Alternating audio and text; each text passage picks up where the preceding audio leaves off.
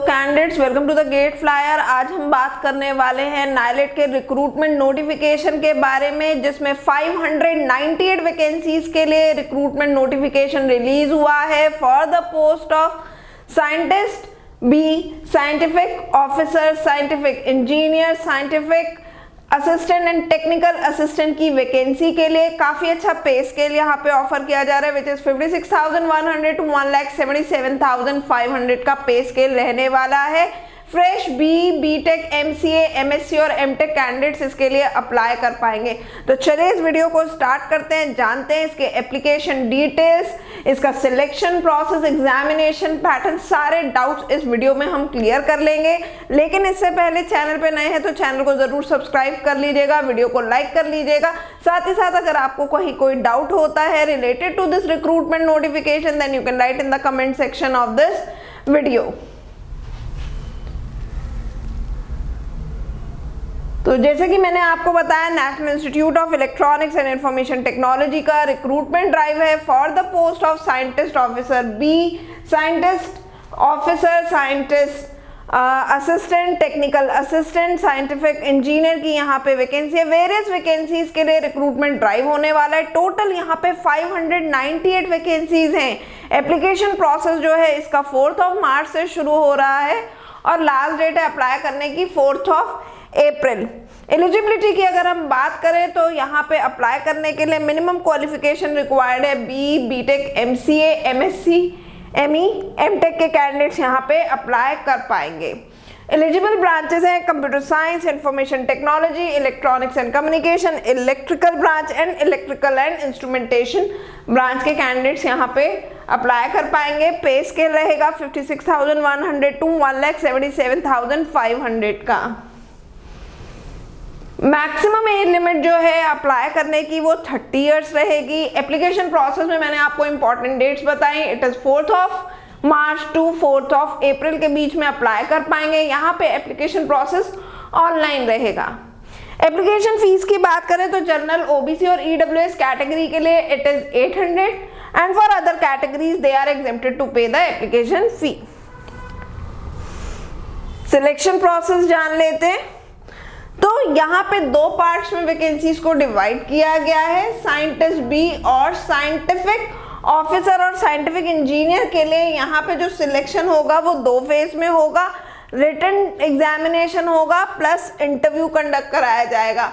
वहीं अगर हम बात करें साइंटिफिक असिस्टेंट और टेक्निकल असिस्टेंट की वैकेंसी के लिए तो यहाँ पे सिर्फ 1 फेज में सिलेक्शन होगा, दैट इज रिटन एग्जामिनेशन। सिर्फ यहाँ पे रिटन एग्जामिनेशन ही कंडक्ट कराया जाएगा, जिसके बेसिस पे कैंडिडेट्स को रिक्रूट किया जाएगा।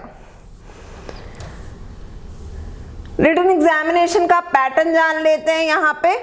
तो कैंडिडेट्स यहाँ पे ये जो रिटन एग्जामिनेशन होने वाला है, मल्टीपल चॉइस क्वेश्चंस पूछे जाएंगे, 120 क्वेश्चंस होंगे। 3 आवर्स का टाइम यहाँ पे आपको दिया जाएगा, means 180 minutes you will get to attempt your paper. Paper जो होगा वो इंग्लिश में होगा और 1 मार्क का हर एक क्वेश्चन होगा। अब हम जानते हैं एग्जामिनेशन पैटर्न एग्जैक्टली रहने कैसे वाला है। तो 2 पार्ट्स में आपका रिटन टेस्ट जो है डिवाइडेड रहेगा। पहला है टेक्निकल क्वेश्चंस, जो कि आपके ब्रांच स्पेसिफिक क्वेश्चंस होंगे। 78 क्वेश्चंस आपको मिलेंगे यहाँ पे और इसकी जो वेटेज जो होगी टेस्ट में वो 65% रहेगी।